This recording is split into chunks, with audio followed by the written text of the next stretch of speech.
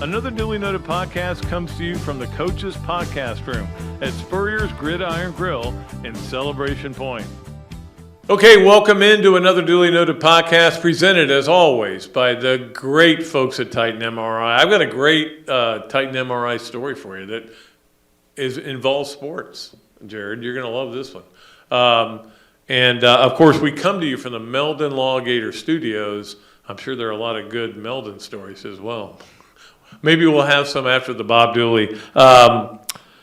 It is today we're going to have Josh Newman on. Remember we had Josh on. He actually was in studio here at Spurrier's Gridiron Grill for before the Utah game last year. He covers Utah. He does a great job covering Utah. I follow him on Twitter and pay a lot of attention to the things he writes. And it's kind of the start of our, hey, let's look at the teams Florida's going to play this year. I mean, this is what you do in the summer. We're starting it a little early just because, just to start it early because I decided to. How about that? I think Coach Spurrier is here Monday, I think. I know he's missed 2 Mondays in a row, but he was busy. He was doing stuff, and he told me about it. We've been all through that. But he'll be here Monday, and then Monday also we're very transparent. Monday, we're also going to tape another show that will go up, Friday?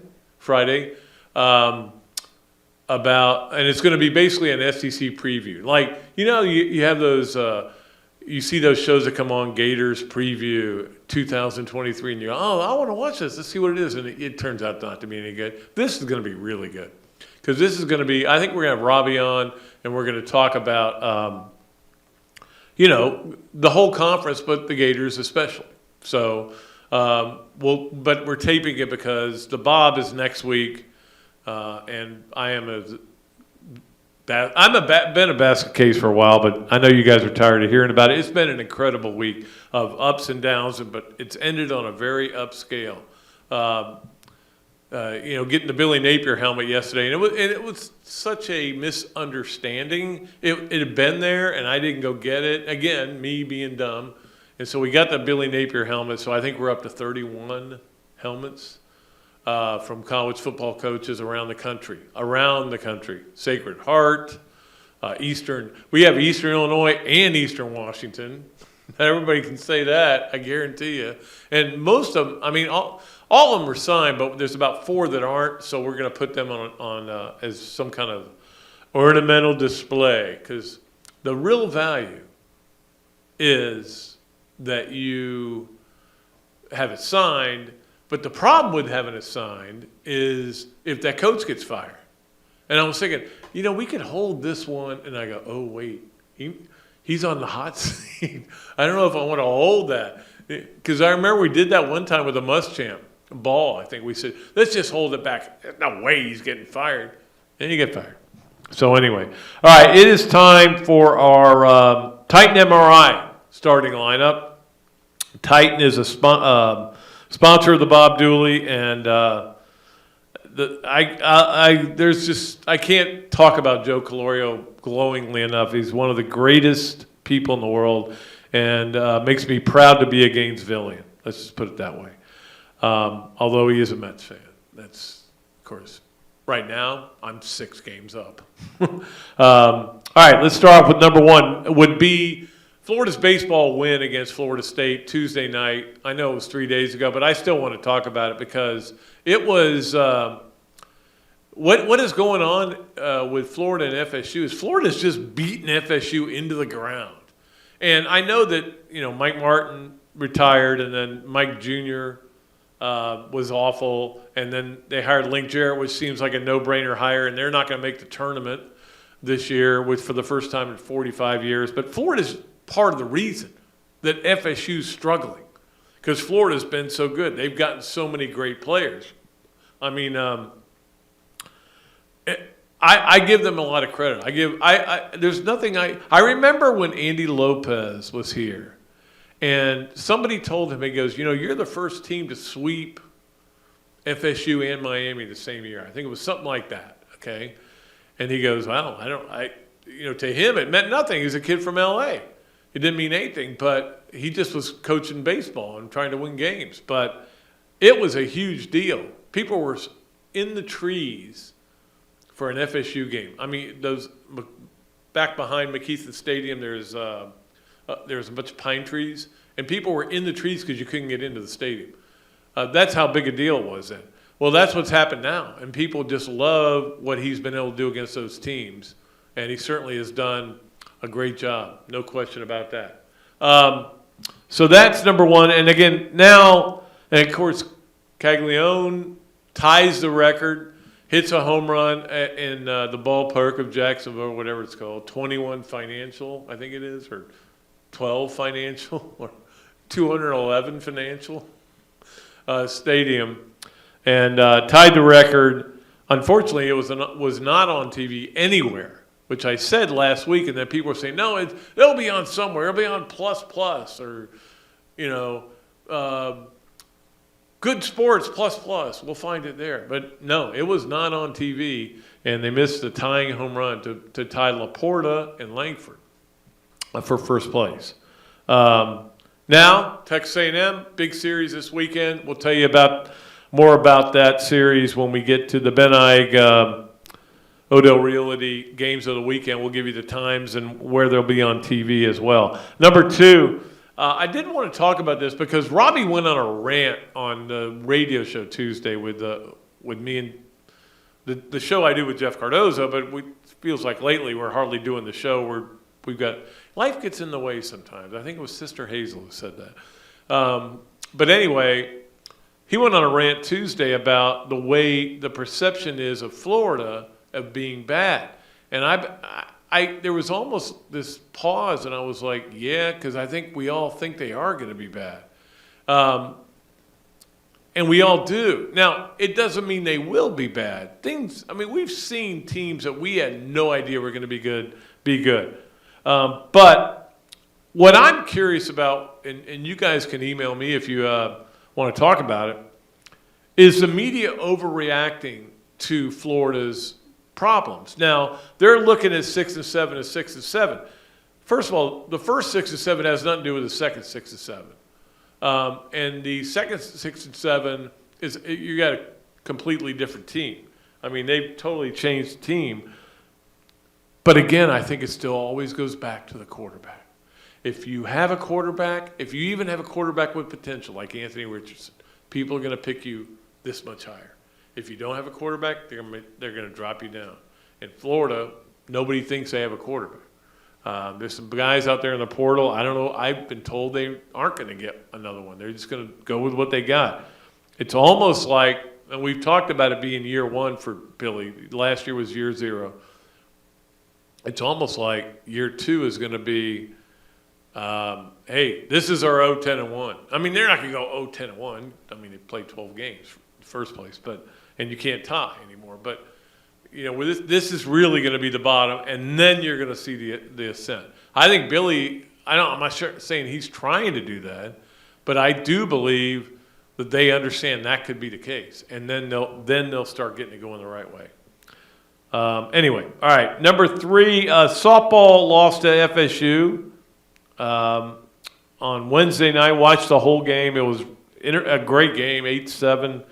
It does feel like this team is kind of wasting a potential player of the year season by Skylar Wallace. In that game, she had 2 homers. She came up in the 9th, and they walked her to put the winning run on third. They walked her.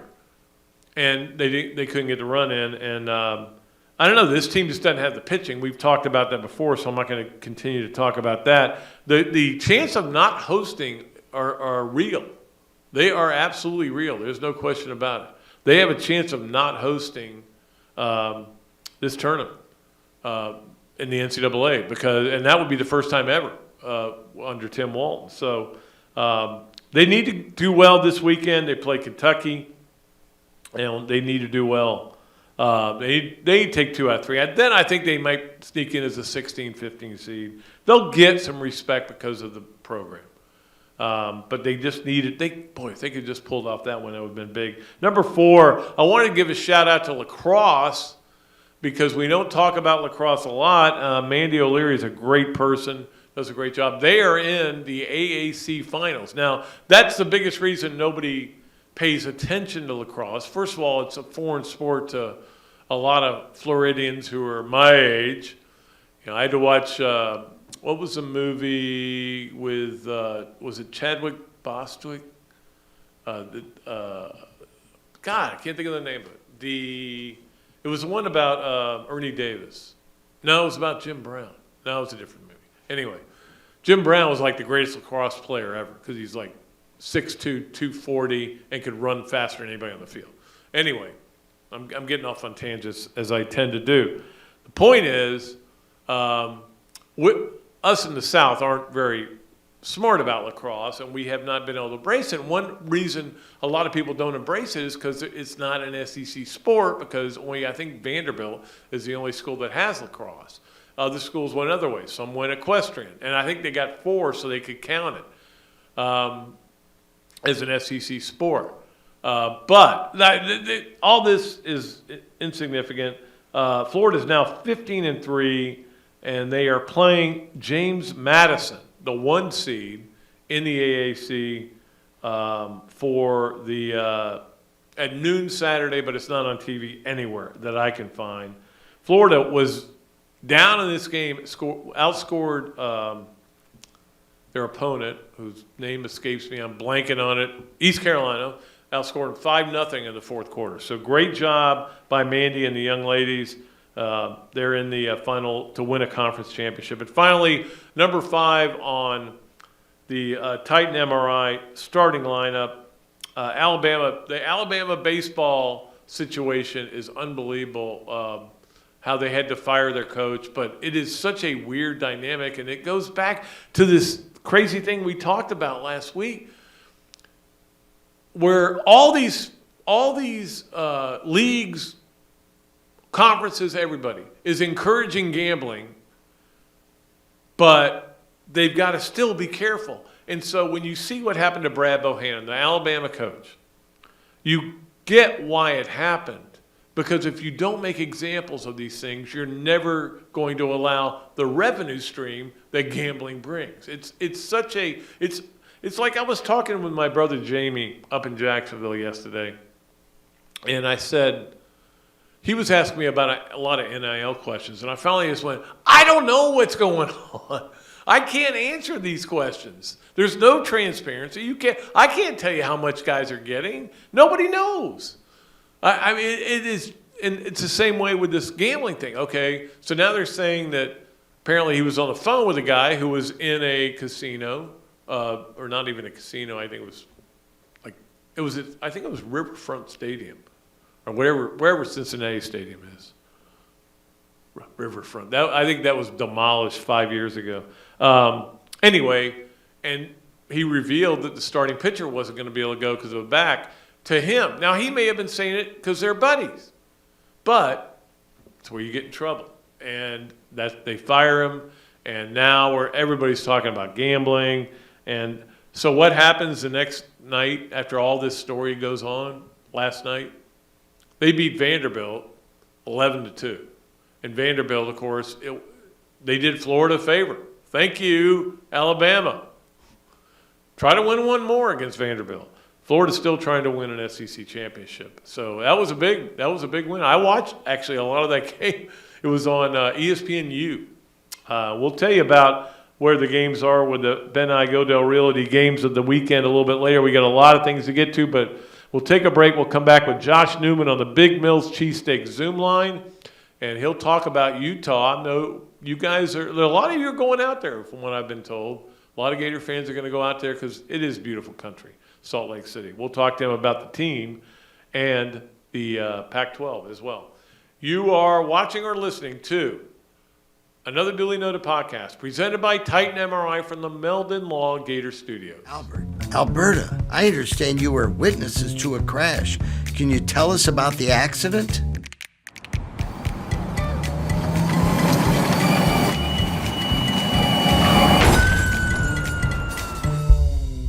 When you're in a crash, it's important to get witness statements immediately after the accident. Whether you're in a car, truck, motorcycle, scooter, or even a golf cart accident, at Meldon Law, we won't back down. Great food, great atmosphere, a diverse menu, everything made from scratch, plenty of space, and locally owned. These are all the characteristics of a great restaurant, and you can find each and every one of them right here in Gainesville at Ballyhoo Grill. Ballyhoo Grill prepares all of their food fresh every day, from their salad dressing to their award-winning soups. Bring your family and enjoy dinner under the Tim Trebo Tiki Hut while listening to live music. Or if you're running low on time to eat out, they also deliver through Uber Eats, Bite Squad, and Postmates. A Gainesville staple that's been open for over 30 years. Check out Ballyhoo Grill on Facebook or at ballyhoogrill.com. Hello there, everybody. I'm Pat Dooley, of course, from another Dooley Noted podcast. And this is a great Adam brewer, and he's just opened up a place here, Adam Brew Co. To Go. What gave you the idea to do this, to have a to-go place like this? We really like the fast concept, being able to get the barbecue. Now we have this new online ordering. So before it was a call ahead carry out, quick service. We have like a curbside kind of a deal where everything's ready to go for you. And then we thought, wow, we have a really great dine-in concept, but how can we make this streamlined for the customer and make it easy and accessible for all parts of town? Adam's Rib Co. To Go. Come on down and enjoy it. Another Dooley Noted podcast comes to you from the Coach's Podcast Room at Spurrier's Gridiron Grill and Celebration Point. You can watch and listen to us on Facebook and YouTube for every podcast that we do on Mondays and Fridays at 2 o'clock. Listen to the podcast whenever on Apple Podcasts, Spotify, Google Podcasts, Overcast, any of the other 39 platforms where you can find this podcast or your favorite podcast. Remember to like, follow, and subscribe.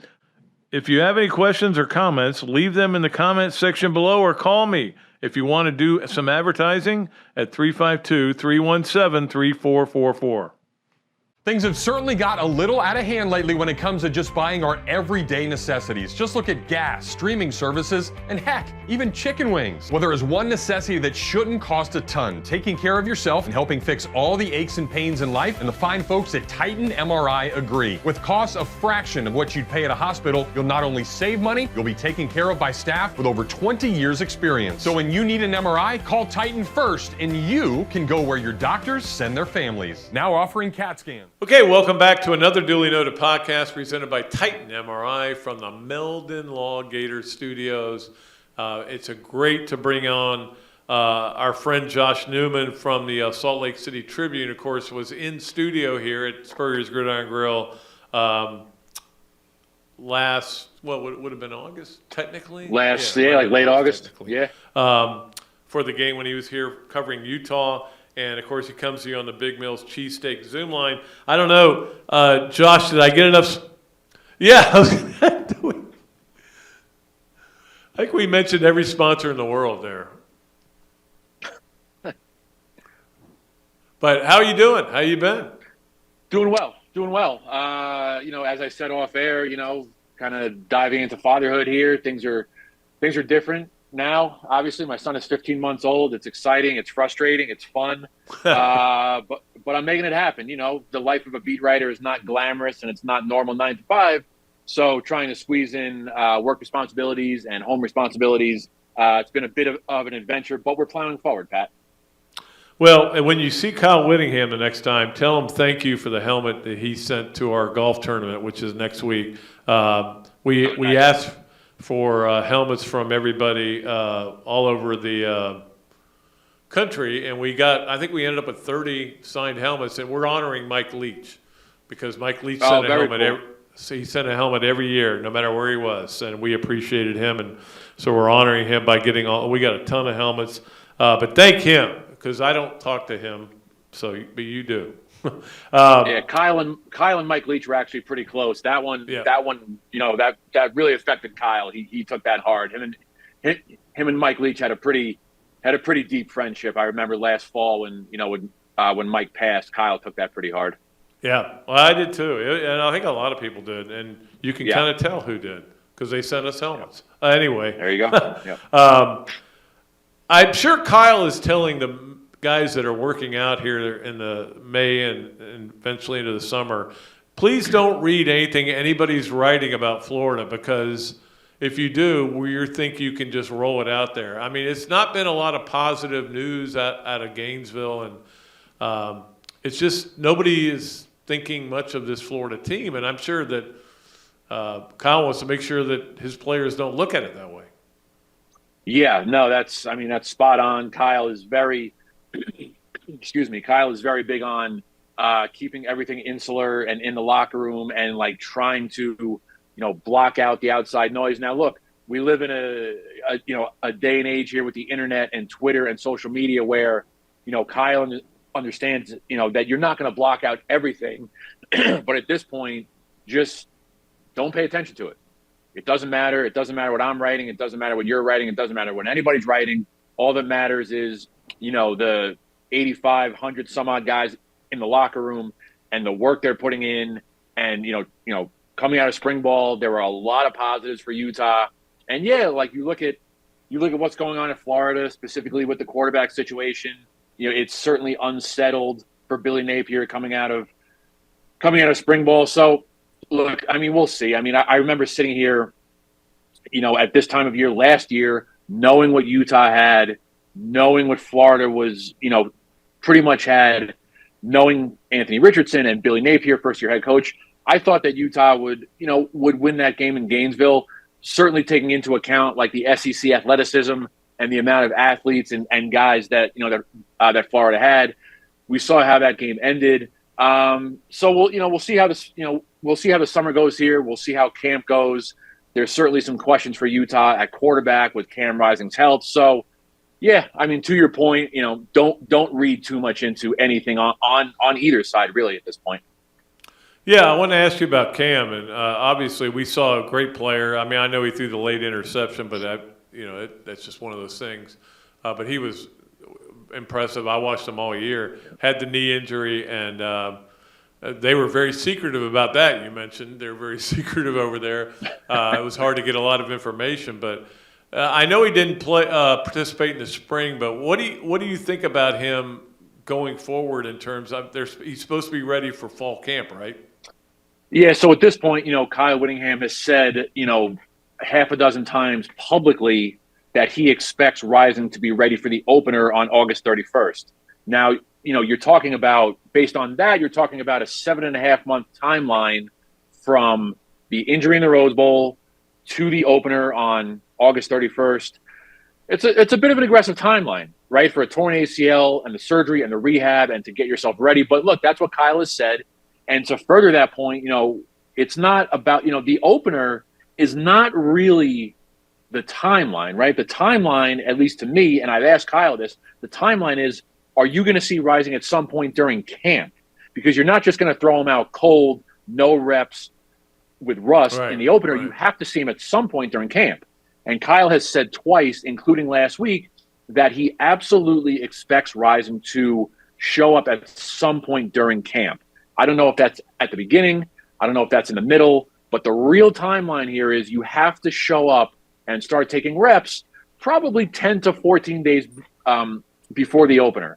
So you're talking about, August 10th, August 15th for Rising to show up. So, so we'll see. It's like, look, he's dealt with major injury before. He blew out his shoulder in the 2020 opener.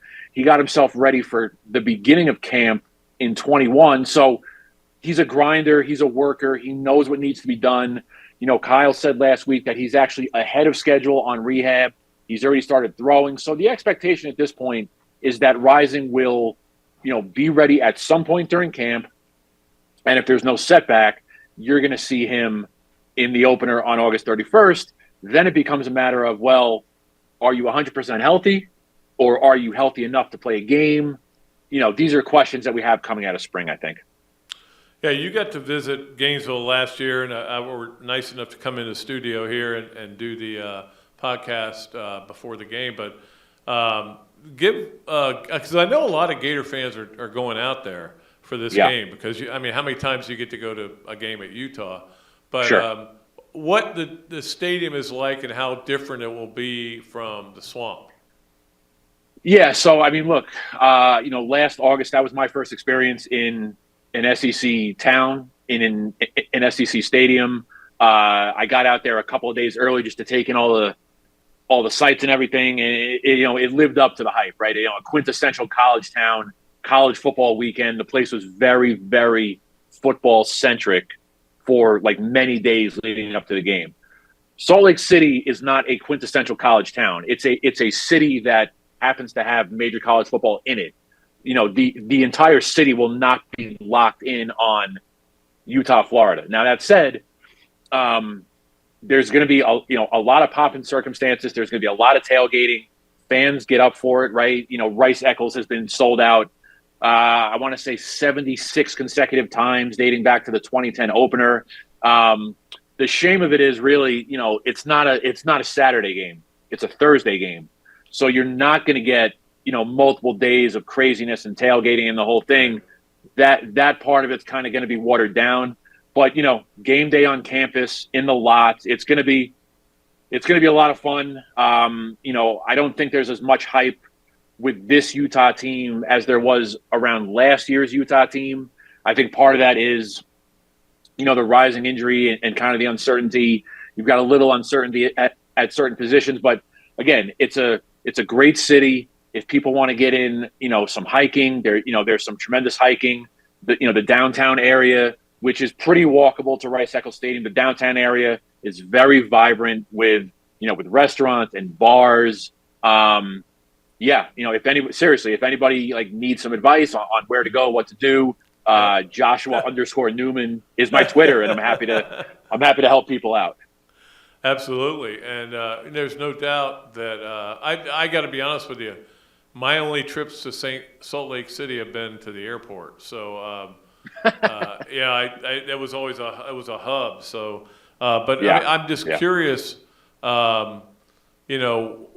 when you look at the fact that it's a major city, Salt Lake City, and all this movement's going around, why has nobody wanted to pluck Utah, whether it's Big 12 or Big 10? Why have they not wanted to pluck them out of Salt Lake City? And because you've got a great market there. Yeah, that's a pretty loaded question. Look, remember this university, this athletic department was a founding member of the WAC back in the 60s, right. And they were a founding member of the Mountain West back in the late 90s.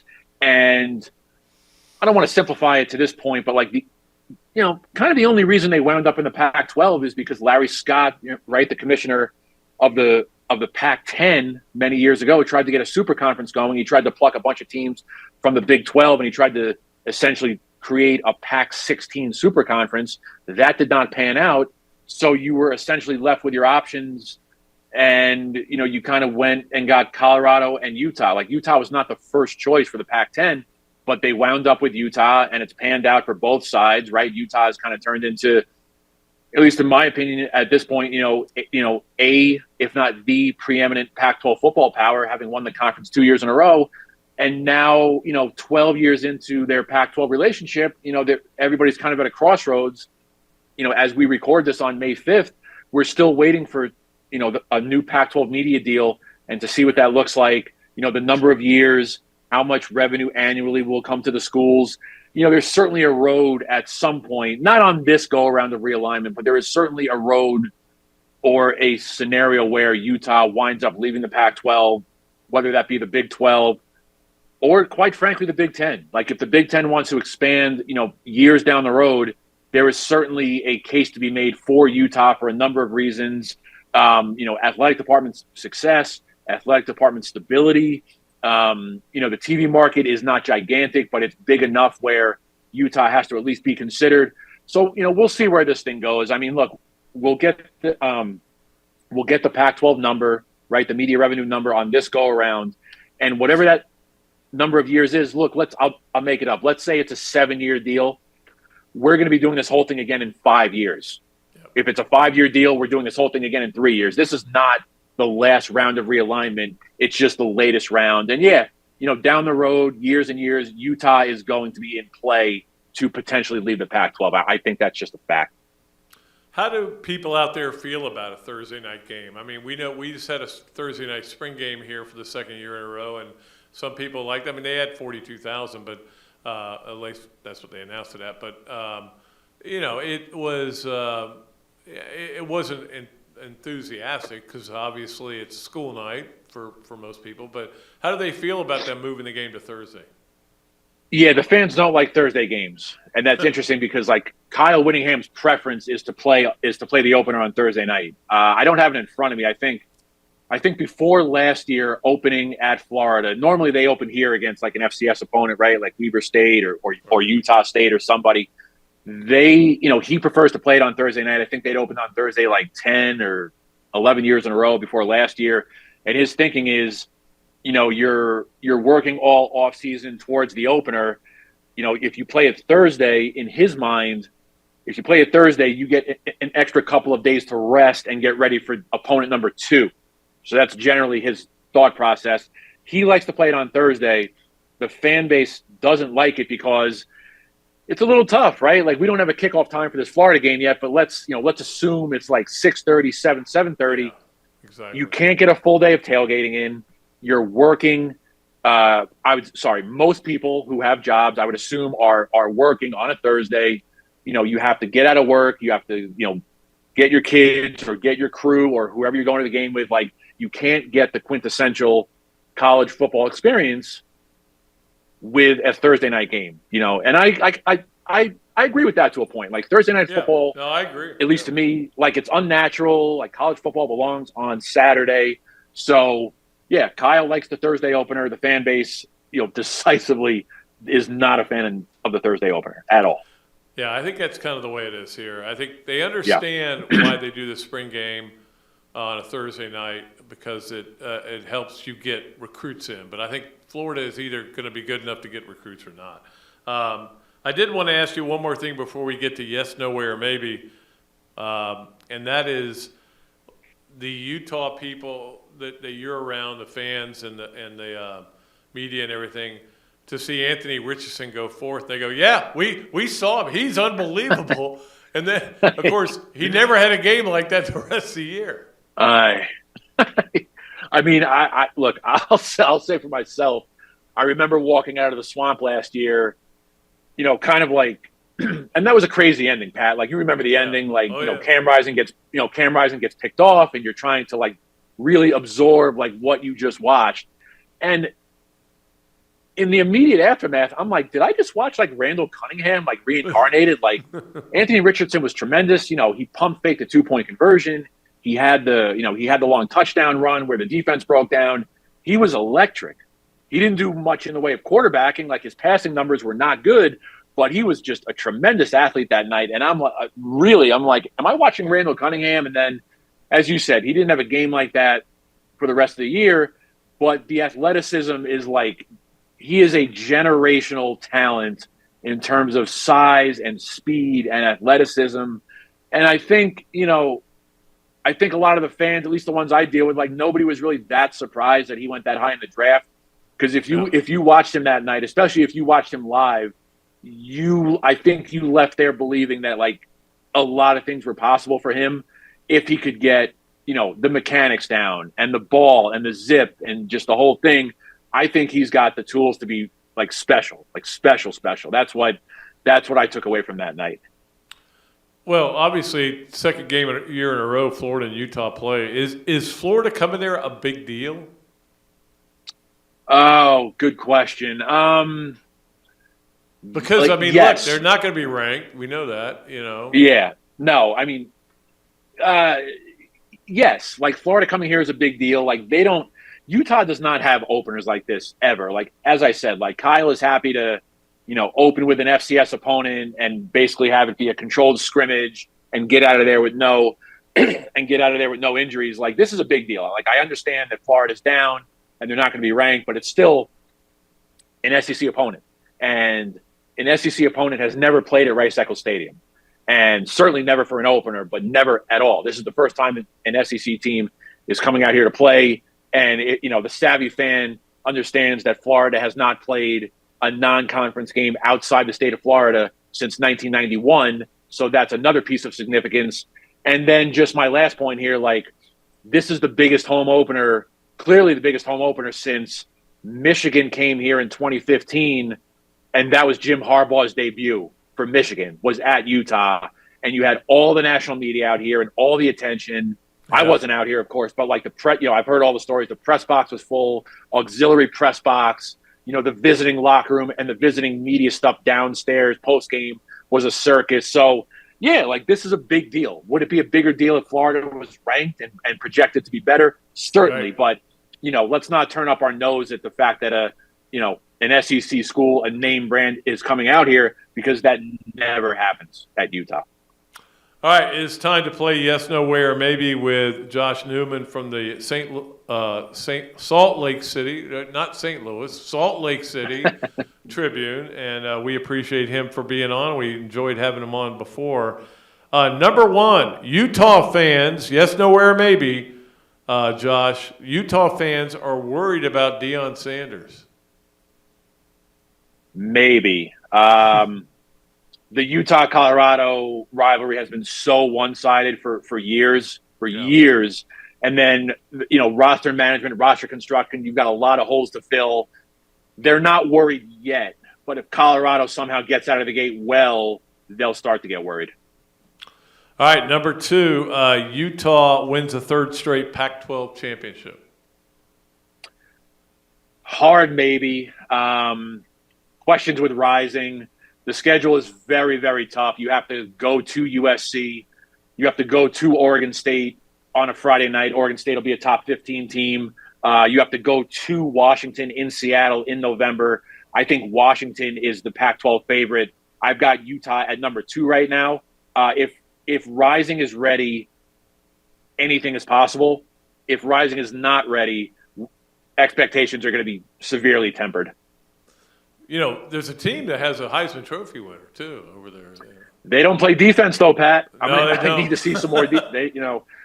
He's special. He's special, but I watched Utah drop 90 points on USC's defense across 2 games. Sorry. Yeah, I get you. I understand where you're coming from. Finally, and we talked about him last time we spoke, but you were surprised that Clark Phillips III lasted until the 4th round. No. I am not surprised he dropped. I thought he would go, 3rd round. I was surprised he dropped to the 4th round, but, size, intangibles, measurables were not good. He did not have a good combine.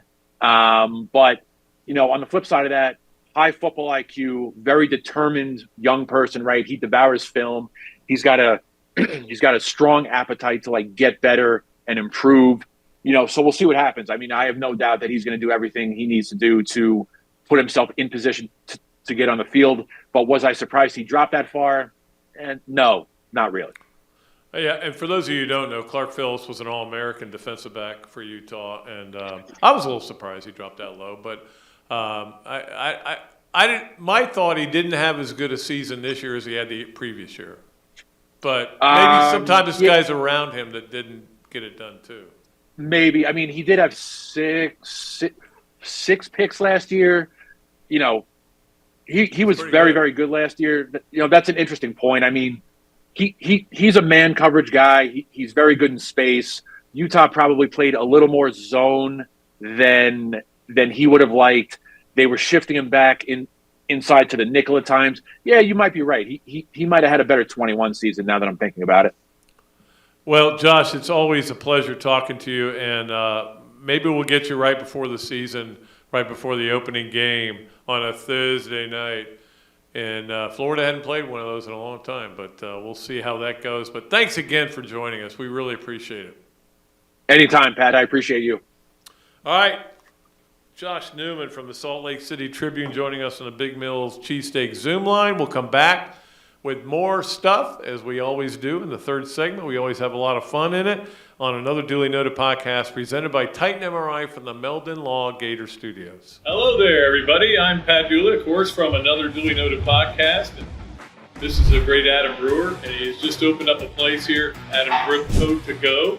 What gave you the idea to do this, to have a to-go place like this? We really like the fast concept, being able to get the barbecue. Now we have this new online ordering. So before it was a call ahead carry out, quick service. We have like a curbside kind of a deal where everything's ready to go for you. And then we thought, wow, we have a really great dine-in concept, but how can we make this streamlined for the customer and make it easy and accessible for all parts of town? Adam's Rib Co. to go. Come on down and enjoy it. Great food, great atmosphere, a diverse menu, everything made from scratch, plenty of space, and locally owned. These are all the characteristics of a great restaurant, and you can find each and every one of them right here in Gainesville at Ballyhoo Grill. Ballyhoo Grill prepares all of their food fresh every day, from their salad dressing to their award-winning soups. Bring your family and enjoy dinner under the Tim Trebo Tiki Hut while listening to live music. Or if you're running low on time to eat out, they also deliver through Uber Eats, Bite Squad, and Postmates. A Gainesville staple that's been open for over 30 years. Check out Ballyhoo Grill on Facebook or at ballyhoogrill.com. Things have certainly got a little out of hand lately when it comes to just buying our everyday necessities. Just look at gas, streaming services, and heck, even chicken wings. Well, there is one necessity that shouldn't cost a ton: taking care of yourself and helping fix all the aches and pains in life, and the fine folks at Titan MRI agree. With costs a fraction of what you'd pay at a hospital, you'll not only save money, you'll be taken care of by staff with over 20 years experience. So when you need an MRI, call Titan first, and you can go where your doctors send their families. Now offering CAT scans. Albert, Alberta, I understand you were witnesses to a crash. Can you tell us about the accident?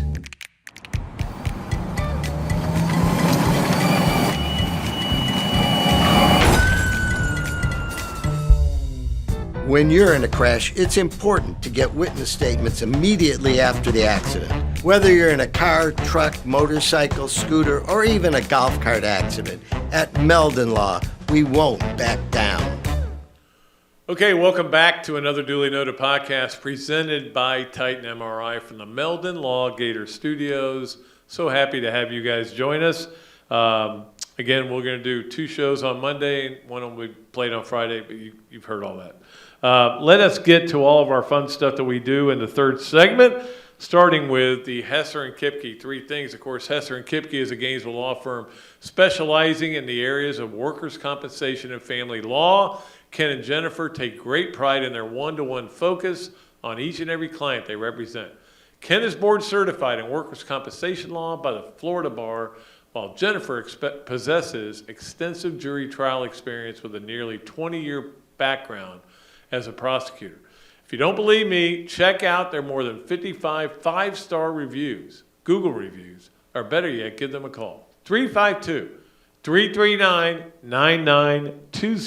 Hesser and Kipke.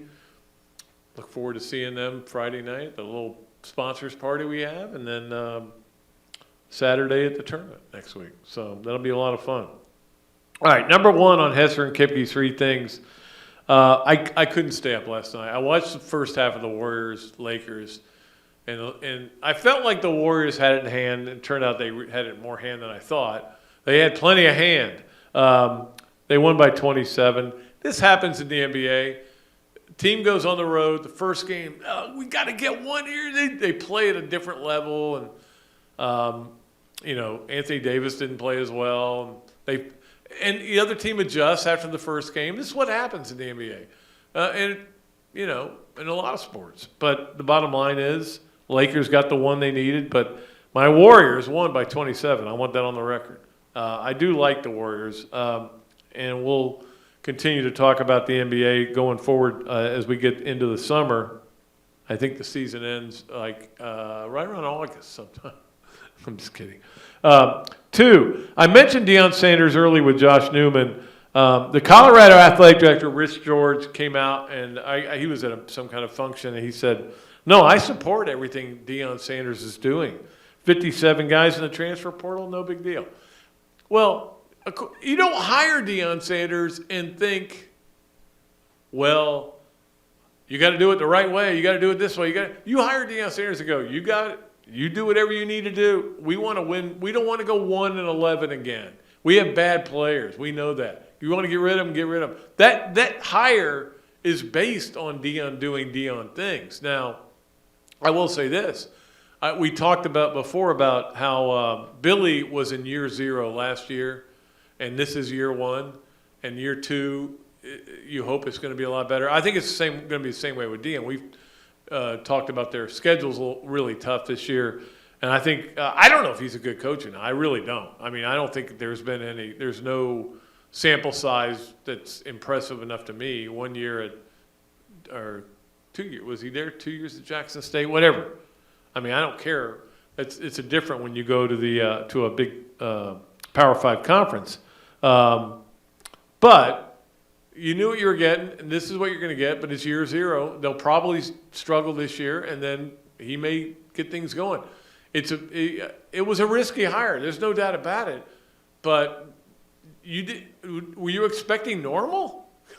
I don't know why people even ask him that question. And finally on Hesser and Kipke's three things, I did want to mention that my friend Joe Calorio, who owns Titan MRI, and he's sponsor here, he's sponsor radio, but he's up in at the Kentucky Derby, and I think I got this right, but I probably screwed it up. I think it's his sister-in-law has a piece of the favorite at the Kentucky Derby, which is Forte. So she's an owner, and I know Michelle, his wife, was up there because they were. She was doing all the parties all week, and he's going up there. I'm sure they're going to have a blast. So I've got a rooting interest. I'm excited about it. I'm going to root for Forte, even though I think Forte is a favorite. We may watch it. I mean, we may go to Mark and Mary Wise, who are dear, dear people. We've been to their Derby party many times. We may go to that. We've been invited to that. But we're still trying to clean up some other things around our house. Although the kitchen is done now, just so you know, Jared. Very exciting. It looks wonderful, I guess. I mean, men don't care about the Formica, okay? We just don't care about the Formica. You could crack it. It's like I always said, if you have somebody come in, a cleaning person come in and do the house, men want to make the house as dirty as possible. They're throwing pizza boxes all over the way. Women are making sure the bed's made before they come in. I don't get that. We're just different. We're different, men and women. But anyway, Forte. That's our Hesser and Kipke three things. Let's get to our Adams Ribco to Go Gator of the Week. It was an easy one for me, and it happened on Tuesday night, and that was Blake Purnell. Blake Purnell is a great story, and then things went bad for him last year, and things went bad a couple times this year, and you're kind of like, when he comes in the game, you're like, do I watch? 5 scoreless innings against FSU after Florida gave up, actually after Figueroa came in, but after the starter gave up 5 in the first, and they shut him out the rest of the game, and it was because of Blake. Blake Purnell won that game. I give him credit. Very happy with what he was able to do. So he becomes our Adams Ribco to Go Gator of the Week. Adams Ribco to Go. So where I go to get my barbecue, and I will tell you this, they are cooking up lunch at the Bob Dooley Invitational, and it's going to be good. He brings the smoker out and everything. You smell the smoke, and you go, tournament must be almost over. All right, let's get to this, that, and the other, which is brought to you by our great friends at Ballyhoo Grill, our great friends at Ironwood Golf Course, and our great friends at Dark Shackow Insurance. We love all these people. We love all our sponsors, but we appreciate them doing this, that, and the other. This is, you guys saw Dan Cross on the podcast a couple of weeks ago, and we were talking a lot about when he played here, and of course, Florida's first ever trip to the Final Four. Great guy. Loves the University of Florida, loved being able to come here, loves everything that happened to him. That is, so he liked us so much, he sent his kids there. And again, if you got a choice where your kids are going to go to school, you're going to go to Florida because it's the best school. There's not a doubt about that. So, but he did send them here, and that was always cool that he had his kids there, and he talked about them on the podcast. The other is Rachel graduated yesterday. I think it was yesterday or today, one or the other. Today, the next 2 days are graduation. So she graduated. She's been accepted to law school at FIU. Daniel, of course, graduated in December. He's a member of the Florida football team, wide receiver, and he's getting his master's in sports management. And that's a pretty good troika there. Those three things happening. Your dad played in the Final Four, was a point guard and captain of that team, You know, one of you is on a football team and get a master's at the University of Florida. One of you graduated and has been accepted to law school. That's a family that's been done right. And let me tell you what, he was telling me about that, and I said, I'm going to mention that on the podcast. So that's this, that, and the other, brought to you by Ballyhoo, Ironwood, and Darshackow Insurance. Let us get to our Leonardo's and Millhopper quick picks. Going to give you a simple one. Some of you did say Cags was going to hit the homer against FSU, and he did. And so you qualified for the next drawing that we do. We'll do it pretty soon. We're just going to give you a simple one. Florida at Texas A&M Sunday. I just want an answer to that. Who's winning? Those are the ones that are always the most unpredictable. So Leonardo's and Millhopper quick picks. Florida at Texas A&M Sunday. Give me a score. That gives you time if you listen to it Saturday and everything. Let's get to the big Ben Eige Odell Realty games of the weekend, and we've got a lot of them. Obviously, baseball, as we just mentioned, is playing. God, who are they playing? Texas A&M. God, I blanked out for a minute there. I'm getting old. I'm trying to look something else up at the same time, and I think that's part of the problem, which I shouldn't be doing, but I'm still doing it. There it is. I found it. So they're playing. Friday is 7 o'clock on the Plus. Saturday is 6 o'clock on the SEC Network. Sunday is 2 o'clock on the Plus. So you get to watch all the games, which I will be doing, I'm sure. That will be exciting. Softball is playing. It's a big series for them because, like I said, they may not make it. They may not be able to host if they don't do. I think they got to win 2 out of 3 this weekend. If they do that, I think they'll be okay.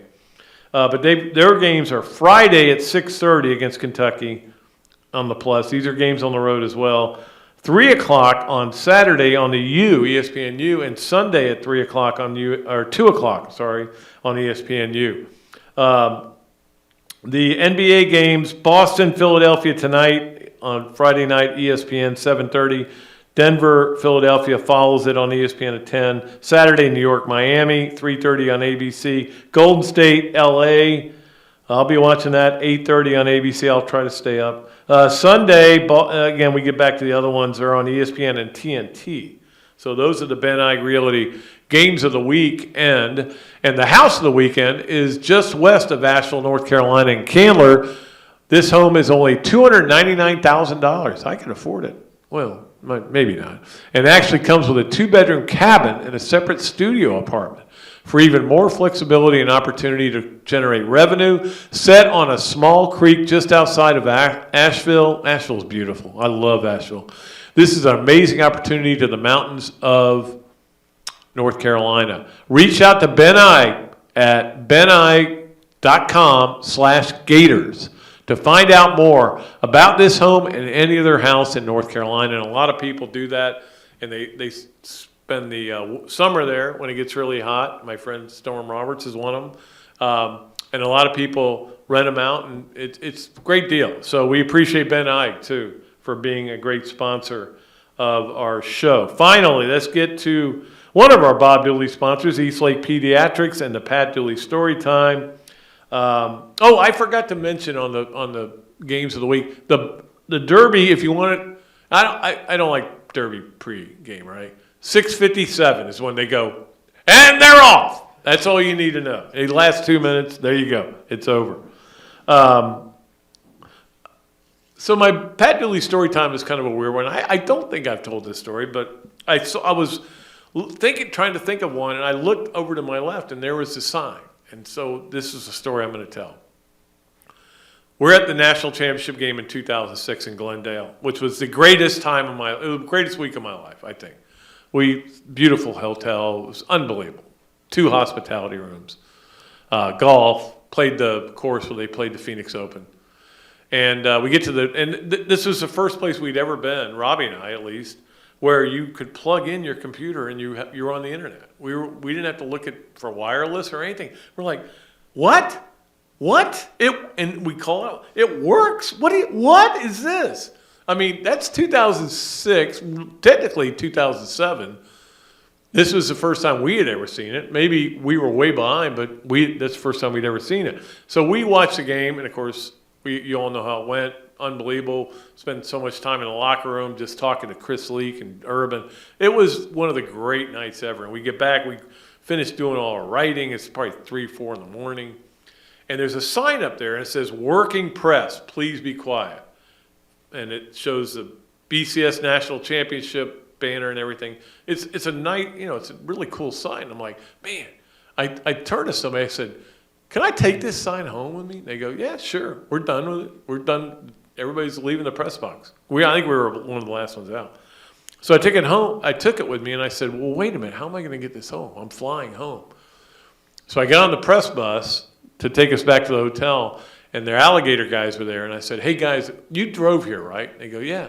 I said, "Take this sign in your car. You can keep it for 6 months. You can display it. It'll be cool. You'll be out of there in 6 months anyway. It'll be cool. But I need it back in 6 months." And they did. 6 months later, I've got it and I haven't done the right thing with it. And I'm gonna, after this golf tournament, I'm going to frame it, and I'm gonna go to the picture company who does all our framing. I'm gonna get it. I pay for my own framing though, and I'm gonna get it framed. I'm gonna put it up on the wall, and it needs to be displayed with more dignity than just sitting against a wall. That's my story. And this is my podcast. Thanks so much to Jared for doing a wonderful job, as he always does.